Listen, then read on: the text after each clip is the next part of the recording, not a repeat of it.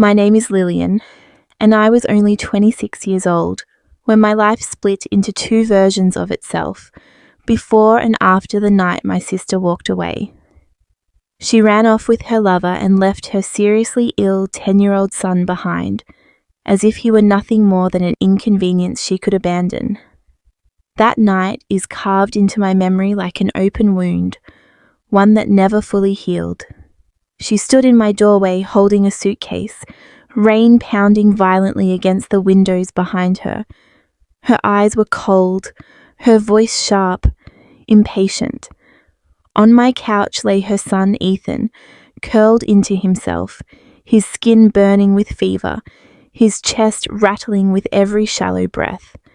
The doctors had already warned us. His condition was chronic, dangerous, and unpredictable.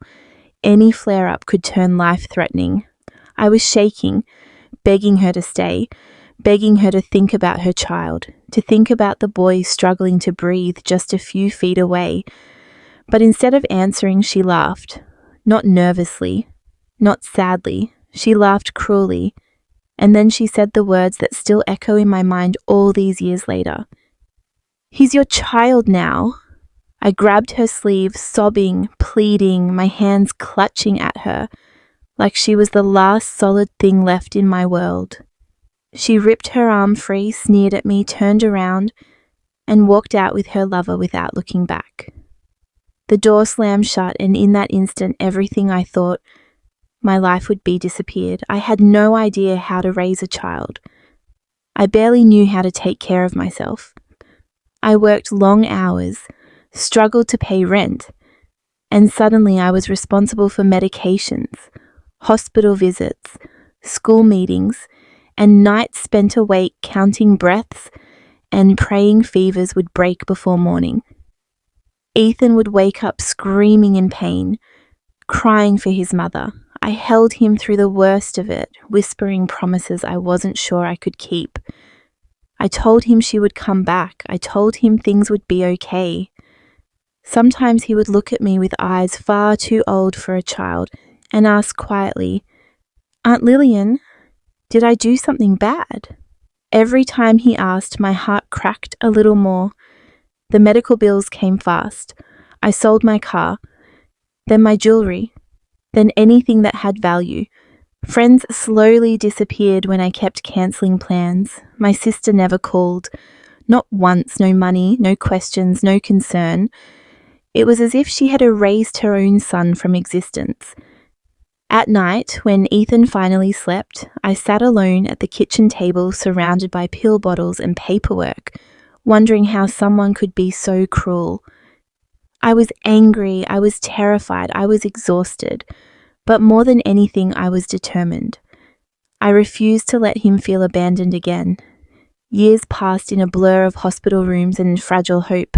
Doctors doubted. Prognoses shifted, setbacks came, but Ethan grew, taller, thinner, stronger in ways no one had expected. He learned discipline early, managing his illness with a maturity that humbled me. He studied relentlessly, driven by something fierce and quiet. Inside him, I worked 2 jobs to keep us afloat. There were nights I cried silently in the shower so he wouldn't hear. Mornings I smiled through bone-deep exhaustion because he needed me to be strong. People told me I was ruining my life, that I should have called social services, that I should have forced my sister to take responsibility. Maybe they were right, but every time Ethan smiled, every time he accidentally called me Mom and blushed afterward, I knew I had made my choice. 17 years later, my sister reappeared like a ghost from a life I thought was long buried. She arrived at a family gathering dressed in expensive clothes, dripping with confidence, acting as though nothing had ever happened. She laughed loudly, hugged relatives, and when she finally turned to me, her eyes scanned the room. With a careless tone, she asked, "So, whatever happened to that poor boy?" She said it like she was asking about an old pet. My hands trembled, but I said nothing. The room felt too small, the air too thick to breathe. Then the door opened. A tall, confident man in a tailored suit stepped inside, and the entire room fell silent. He walked straight toward me, placed a gentle hand on my shoulder, and smiled. My sister went pale.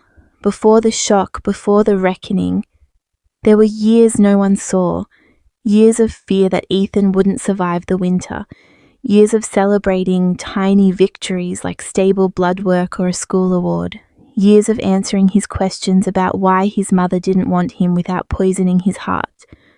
I taught him kindness even when the world hadn't been kind to him. I taught him that abandonment didn't define his worth. Somewhere along the way, without realizing it, I stopped being just his aunt.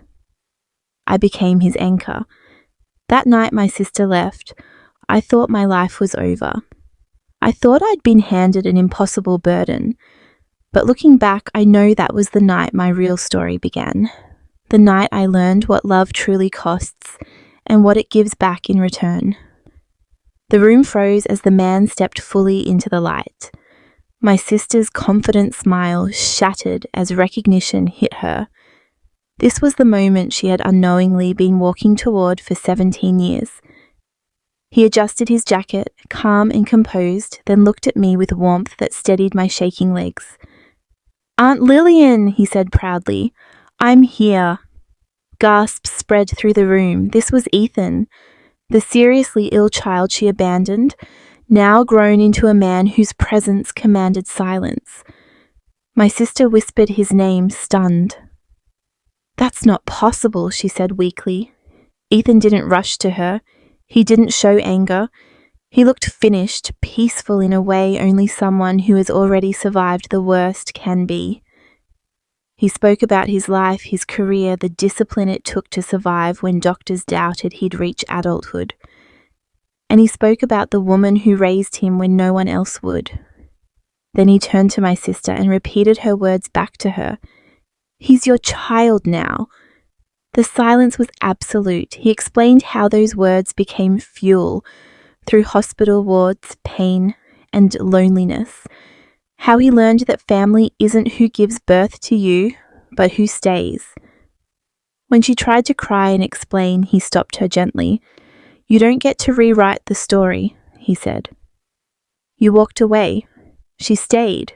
He gestured to me, and every sacrifice came rushing back. For the first time, I allowed myself to feel pride. Not loud, not boastful, deep, unshakable. My sister asked if there was any way to fix what she'd broken. Ethan told her some choices create distances time can't undo. He wished her peace and walked away. No revenge, just consequences. Later that night, I sat alone in my kitchen where years ago I had stared at pill bottles and unpaid bills in fear. The fear was gone. Love, real love, doesn't always look heroic. Sometimes it looks like staying when someone else runs. She asked what happened to the poor boy. The truth is, he became everything she never believed he could be, and everything I always knew he was.